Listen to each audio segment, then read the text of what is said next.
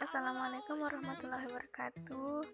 Hi guys, in this video I will describe my favorite YouTuber.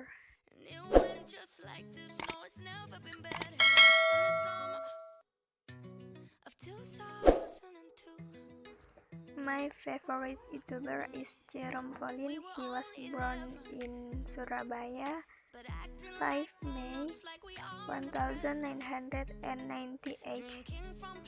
The man whose real name is Jerome Pauline Sijabat has a myriad of achievements at a fairly young age.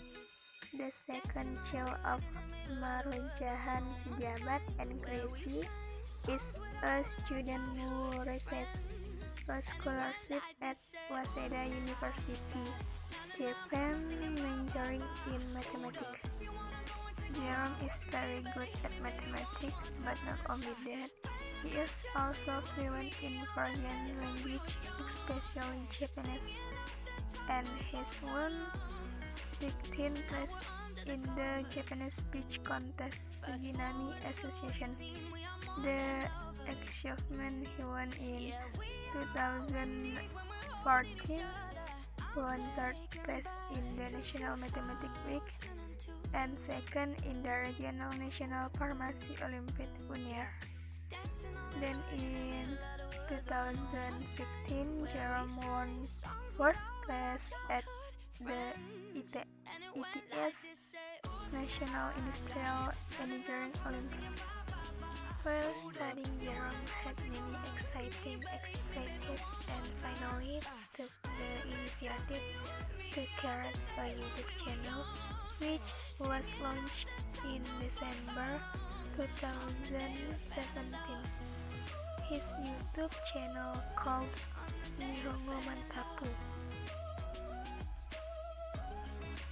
Jerome often uploads fun vlog with his friend from one campus named Tomo, Yoto, and Ryoma. Her friends also recently went to Indonesia for a vacation with Jerome. Now it has 5.2 recovered 1 million subscribers.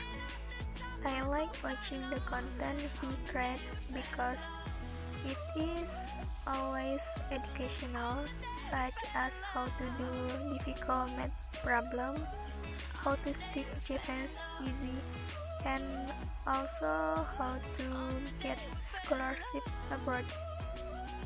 And Jerome has a dream to become Minister of Education in Indonesia. I hopefully it will be exciting.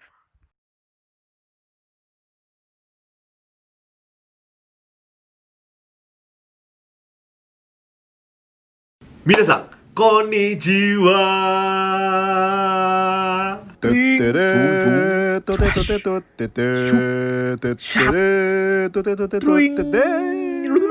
Oke guys, jadi akhir-akhir ini virus COVID-19 semakin merajalela, semakin luas penyebarannya, dan banyak sekolah yang diliburin, sehingga banyak siswa yang harus belajar di rumah. Padahal banyak yang mau ujian, apalagi yang kelas 12 nih, ada UNBK, ada UTBK, dan sebagainya. Nah, maka dari itu di video ini aku mau kasih tips bagaimana cara belajar mandiri di rumah yang efektif. Aku paham banget kalau misalnya belajar di rumah itu bosen, jenuh, dan kurang efektif. Apalagi kita nggak bisa nanya ke guru kita. Tapi karena keadaannya seperti ini, kalau misalnya kita keluar, kalau misalnya kita bertemu orang-orang, ya penyebarannya semakin parah. Sehingga alangkah baiknya kalau kita belajar di rumah dan melakukan yang kita bisa dengan maksimal. Asik.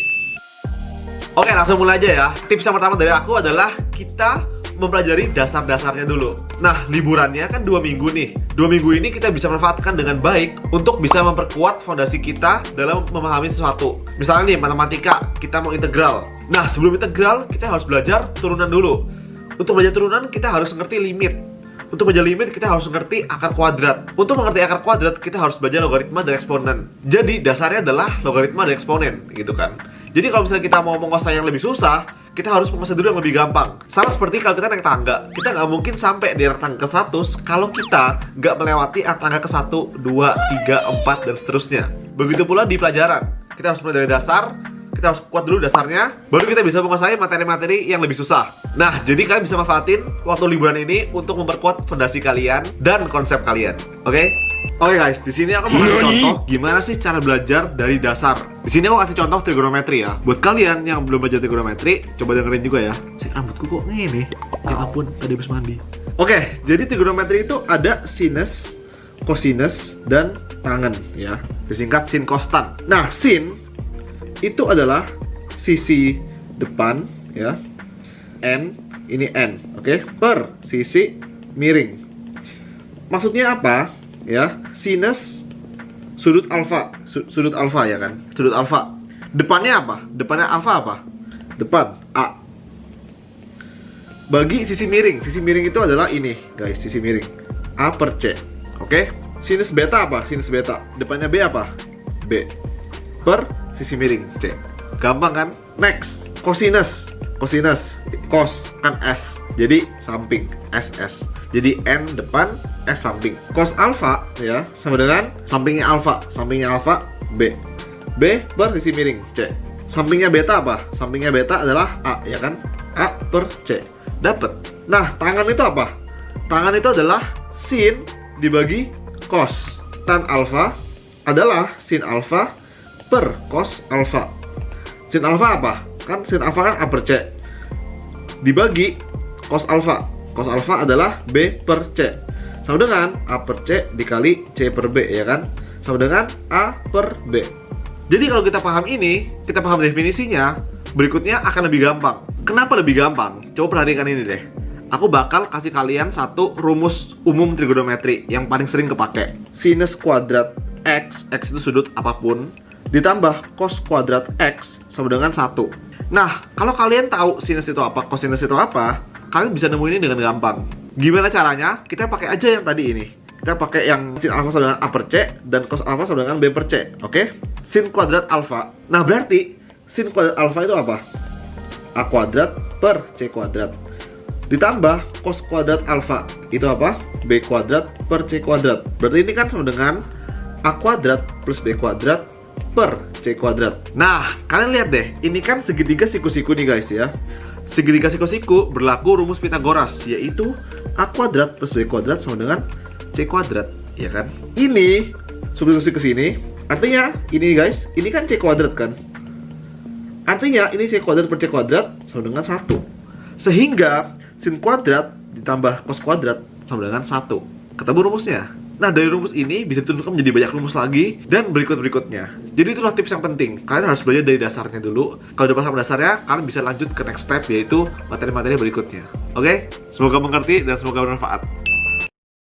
Nah, tips berikutnya adalah kalian harus buat target. Di dunia ini, apapun butuh target, butuh tujuan. Kalau misalnya nggak ada target, nggak ada tujuan, kita nggak tahu mau ngapain. Ya udah, kita kayak ngalir aja gitu, nggak tahu mau kemana. Seperti pepatah yang mengatakan, yang mengikuti arus hanyalah ikan mati.